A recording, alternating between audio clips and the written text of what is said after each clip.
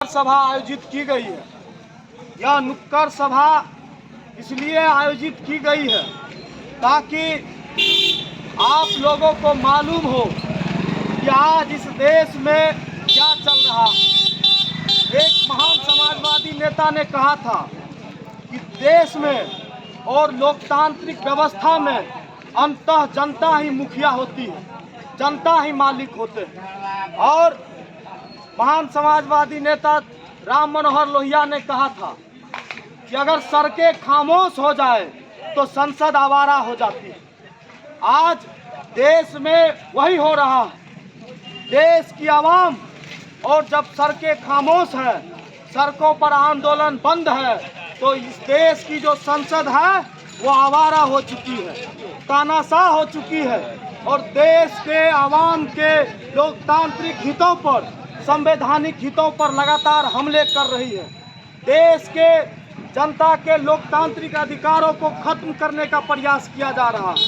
आप आज देख रहे होंगे कि आप तमाम लोग आज दिनों दिन जिस प्रकार से महंगाई बढ़ रही है, बेरोजगारी बढ़ रही है, देश में कानून व्यवस्था की जो लचर व्यवस्था है और देश में जिस प्रकार से अफसरशाही, तानाशाही बढ़ा हुआ है, इससे कोई अनभिज्ञ नहीं है। प्रतिदिन लोग आज ऑफिसों में, कार्यालयों में घूसखोरी से परेशान है, प्रशासनिक मनमानी और तानाशाही से परेशान है। इस देश की जनता, जो लोकतंत्र में जनता मालिक होती है, देश की जनता आज देख रही है कि आज वह मालिक नहीं। अगर आप किसी ऑफिस, कार्यालय में जाते हैं तो आपको एहसास होगा कि आप इस देश के मालिक नहीं हैं, बल्कि इस देश के जो सत्ता में बैठे हुए लोग हैं, इस देश में जो तमाम तरह के ऑफिस, कार्यालयों में बैठे हुए जो सरकारी लोग हैं, उनके आप लोग गुलाम हैं।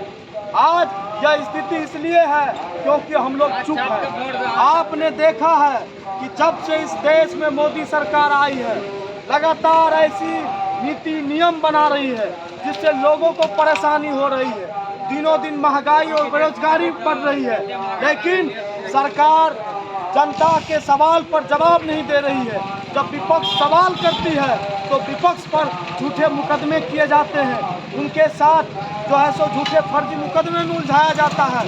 और आप लोगों ने देखा कि पूरे देश में जो देश की जो दबी कुचली आबादी है, जो कमज़ोर तबका है, जो किसान है, मजदूर है, छोटे व्यवसायी हैं, उनके सवालों पर, छात्र और युवाओं के सवालों पर, किसान और मजदूरों के सवालों पर जब कांग्रेस नेता श्री राहुल गांधी जी ने आवाज़ उठाया और देश के हुक्मरान मोदी सरकार से सवाल किया तो उस पर फर्जी मुकदमा दर्ज करवाया गया और उनकी जो संसद सदस्यता थी उनको रद्द कर दी गई।